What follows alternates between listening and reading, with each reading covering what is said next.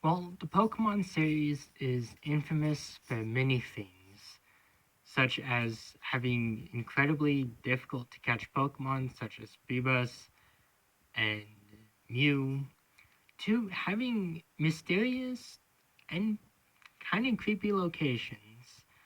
Well, it's not Halloween, but I'm still doing a spooky video. These are my, well, kind of top 7 creepiest and mysterious places in the Pokemon series. Well, at least for the first 4 gens. And starting off at my number 7 pick, and yes, this was supposed to be a top 10, it's just the other areas I thought were more fascinating and creepy. But back to the video. At number 7, we have Turnback Cave.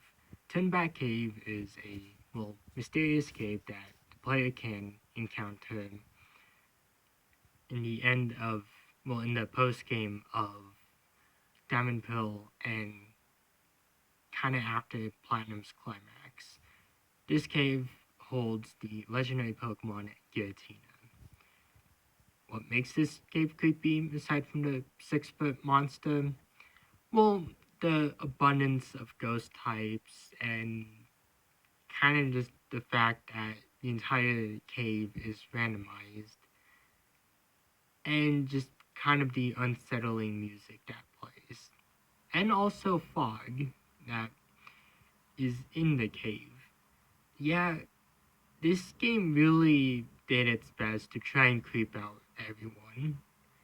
And of course continues with our next choice, our number 6 pick, Route 217. Route 217 is a route that leads into Snowpoint City.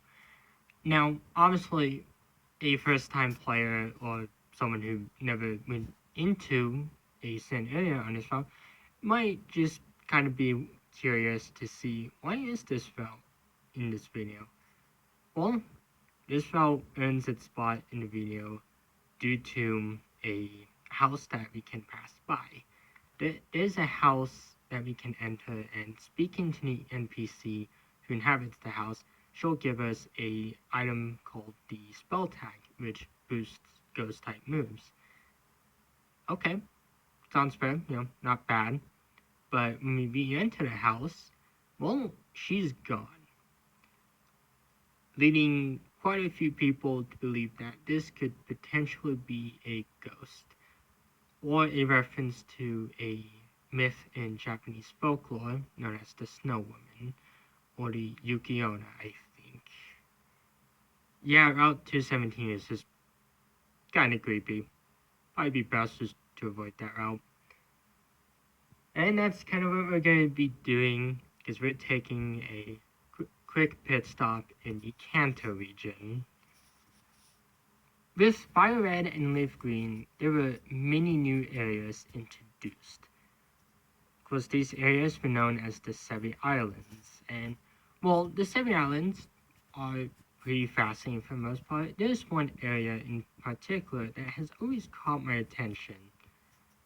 Well, aside from the dotted hole, because I got stuck on there for like 2 years. But the location I'm talking about is Lost Cave, a area that I also got stuck on for quite a bit of while. But of course, that story is for another time. Lost Cave is a cave located on Five Island and is located east of the resort Gorgeous, I think was the location. So what's in this cave? Well, ghost types and Murkrow. I guess the ghost types are just friends with the Murkrow who inhabit the area. And also quite a few trainers that the player probably gave a heart attack, as said by the first trainer you encounter, and also someone who got lost in the cave. Yeah, this cave is just pretty much nightmare fuel for anyone who is terrified of caves, and it probably doesn't get helped a lot. It probably doesn't get helped knowing that there's a ton of ghost types in there, and also Murkrow. Can't forget Murkrow. Of course, obviously at number 4 we have the Old Chateau. Yeah, to answer any questions, no, I have not been playing Sinnoh lately. Uh, I guess Sinnoh just had a lot of creepy places in its region. I even literally tried finding any creepy Johto places and none came to mind. But why is the Old Chateau on this list? Well, the Old Chateau is a very unnerving place, as it's inhabited by two ghosts, a ghost of an old man and a ghost of a young girl. There's also a statue that glares at you, and a picture that's eyes follow the player. Yeah, I've kind of seen pictures like this before. In fact, I've actually had a photo of a relative up at my mom's house, and yeah, the eyes kind of seem to follow everyone around. Kind of unnerving, which probably makes Steel Chateau a lot creepier in my opinion. And just the fact that this is a building located deep in the forest that no one talks about, and it's even creepy enough to frighten the local gym leader, Gardenia. Although there are quite a few theories around it, some of which I'll probably cover sometime. And of course, at number 2, we have the Pokemon Mansion. Uh, yeah, this was supposed to be my number 2 pick, not my number 3 pick. So, yeah, whoops. Okay, well, the Pokemon Mansion is, well, a abandoned mansion that was used to conduct various experiments. I've talked about this place in one of my previous videos as I was asking the question on who Dr. Fuji was. And, well, of course, that still isn't answered, but what is answered is that Pokemon Mansion is kind of unnerving. Yeah, the entire mansion has been long since abandoned, has had various burglars in it, and just kind of seems eerie to begin with. No one knows what really happened in that building, and of course, who's ever in it now probably won't be giving us any answers. And of course, onwards to my original number 3 pick because I can't read today. We have the abandoned ship slash Sea Marville. This is an area I wanted to talk about for quite a while.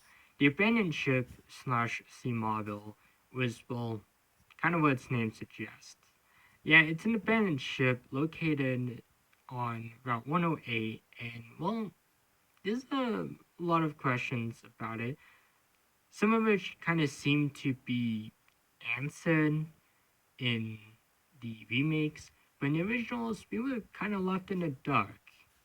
Or unless you just played the remakes, you kind of probably got the what was happening. But I find this place to be mysterious because no one really mentions it in game. There's no trainer telling the player, "Oh, hey, go to Route 108. There's a interesting thing for you to see." No, they just kind of let you find out yourself, and it's probably one of the most interesting locations in the entire game, and probably one of the most mysterious. And I probably should include this one on in the mysteries video. And of course, at the most obvious number 1 pick ever, we have Lavender Town and Pokemon Tower. Well, Pokemon Tower is pretty much the stuff of nightmares. Throughout the years, there have been many myths in Lavender Town, well, revolving around it, from the buried alive creepypasta to a mysterious white hand that an NPC mentions. Lavender Town will still go down in Pokemon history as, well, the most mysterious place, as, well, no one really knows why all these channelers suddenly got possessed. No one knows why Lavender Town is so creepy and unnerving. No one knows why some people have this place as the most favorite Pokemon area. Yeah, I kind of guilty of that.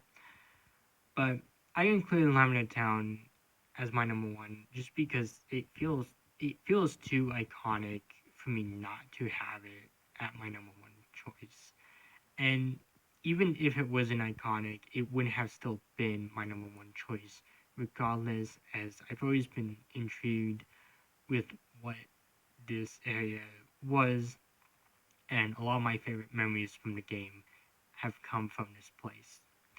Well, these were my top choices for the most mysterious slash creepiest places in the Gen 1 through 4 games.